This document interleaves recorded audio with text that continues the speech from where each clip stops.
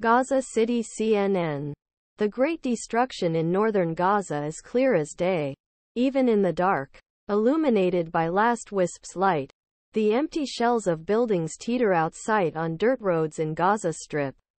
The only signs of life at night are vehicles of Israel Defense Forces, which rumble across land, tightening army's grip on northern part.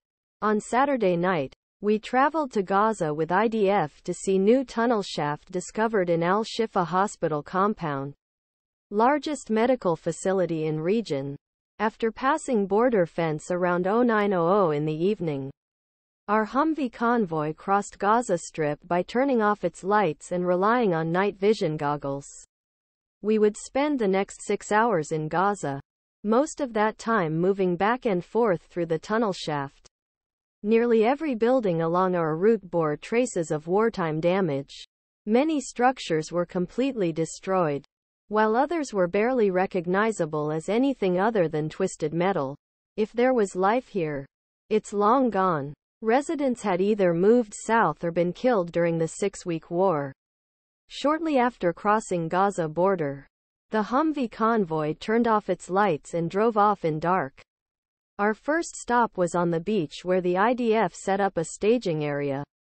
From there, I and several other reporters boarded armored personnel carriers for the last mile to the hospital.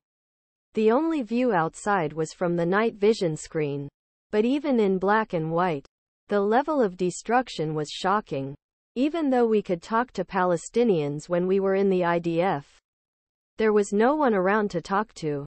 CNN was always reporting from inside Gaza under Israeli media escort.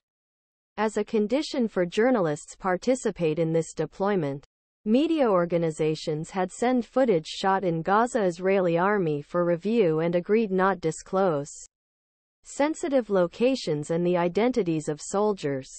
CNN retained editorial control over the final report. When we got out of the armored vehicle, we were surrounded by pitch darkness.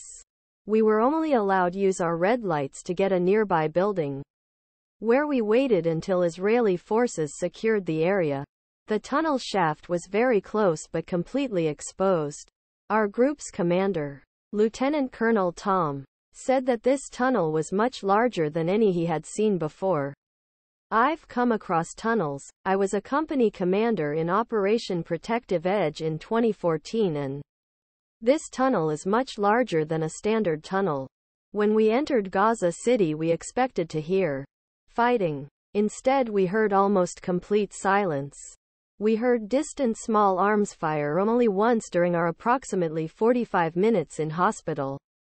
And in the midst of urban environment it was impossible to tell how far away. The rest of time, the silence made darkness even more oppressive. The only view of destruction in Gaza was visible through the small night vision monitor on armored personnel carrier. It was approaching midnight when we walked the last few meters towards the exposed tunnel shaft. The IDF had promised concrete evid